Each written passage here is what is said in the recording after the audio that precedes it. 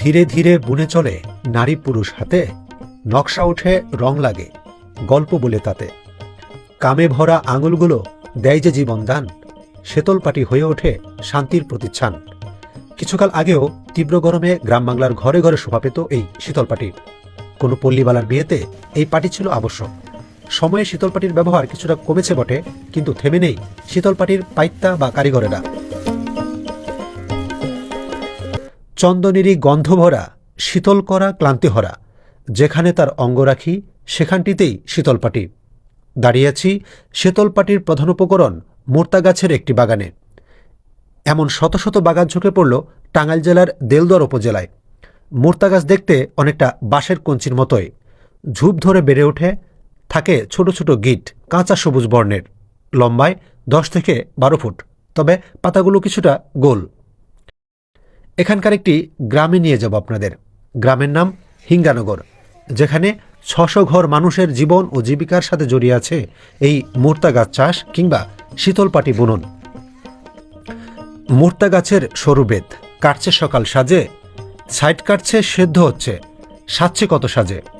সূর্য ডুবে ছায়া নামে, ঘরে ফেরে কাজী, বেতগুলো সব নরম হলো, আঁকবে নকশা আজি।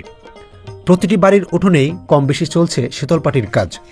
কেউ গাছ কেটে প্রয়োজন মতো টুকরো করছে, কেউ গাছ থেকে বেতি তুলছে, কেউ বেতি সেদ্ধ করে উঠোনে শুকোচ্ছে।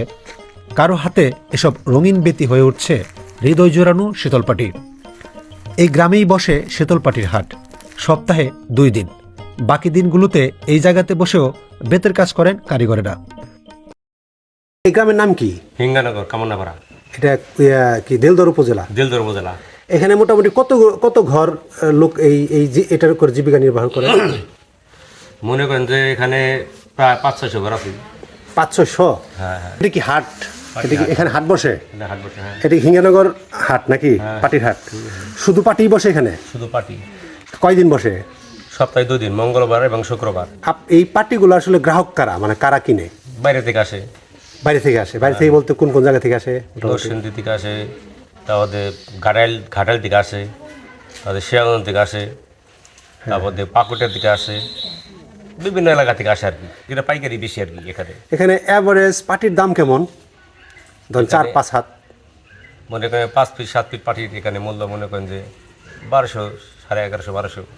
হ্যাঁ। ঢাকাতে তো অনেক দাম, এগুলো অনেক দাম। হ্যাঁ। সর্বনিম্ন ধরেন যদি বলি কেমন রেট, আর সর্বোচ্চ কেমন রেট?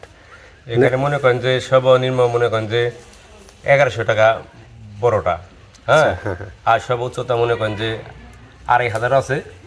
এটা 2500 মতো, মনে করেন 2500 টাকার মতো আছে আর কি। এই বেতি দিয়ে কি পাটি হবে নাকি, না বেতি আবার পরে আবার কাজ আছে কোনো? না, এই বেতি দেওয়া হবে হলো ছোট পাটির গাছ এটা। হ্যাঁ। আবার এবং বড় পাটি আছে, বড় বেতি দেয়, ওটা বড় পাটি। তাহলে গাছের বেশিরভাগ অংশই ফেলনা যাচ্ছে, তাই না? এই যে মাঝখানে এই অংশটা তো এটা তো কোনো কাজে লাগবে না। এটা কোনো কাজে লাগবে না। আর এই বেতি দিয়ে আপনারা করবেন, তাই না? এই বেতিটা শীতল পাটি। হ্যাঁ। এই বেতি কি আবার এই বেতি থেকে আরো বেতি তুলবেন? হ্যাঁ, আমরা আগে ওটা মাঝখানে একটা বুকা পাটি হইতো, কিন্তু এখন বুকাটা কম উঠাই, কিন্তু ওটা ওই যে একটা নিয়ে থাকে বাইরের লোকে, ওই পানের ইটি দেয়, ওই কারণে মানে ওটা নয় না, সব একটা না।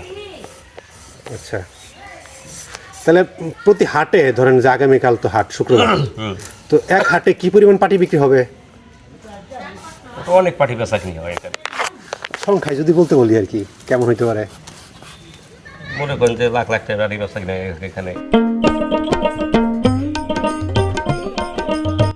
বুকের মধ্যে মস্ত বড় ছাদ থাকবে, শীতল পাটি বিছিয়ে দেব, সন্ধে হলে বসবো দুজন। এটি কবি আরণ্যক বসুর প্রেম কল্পনা।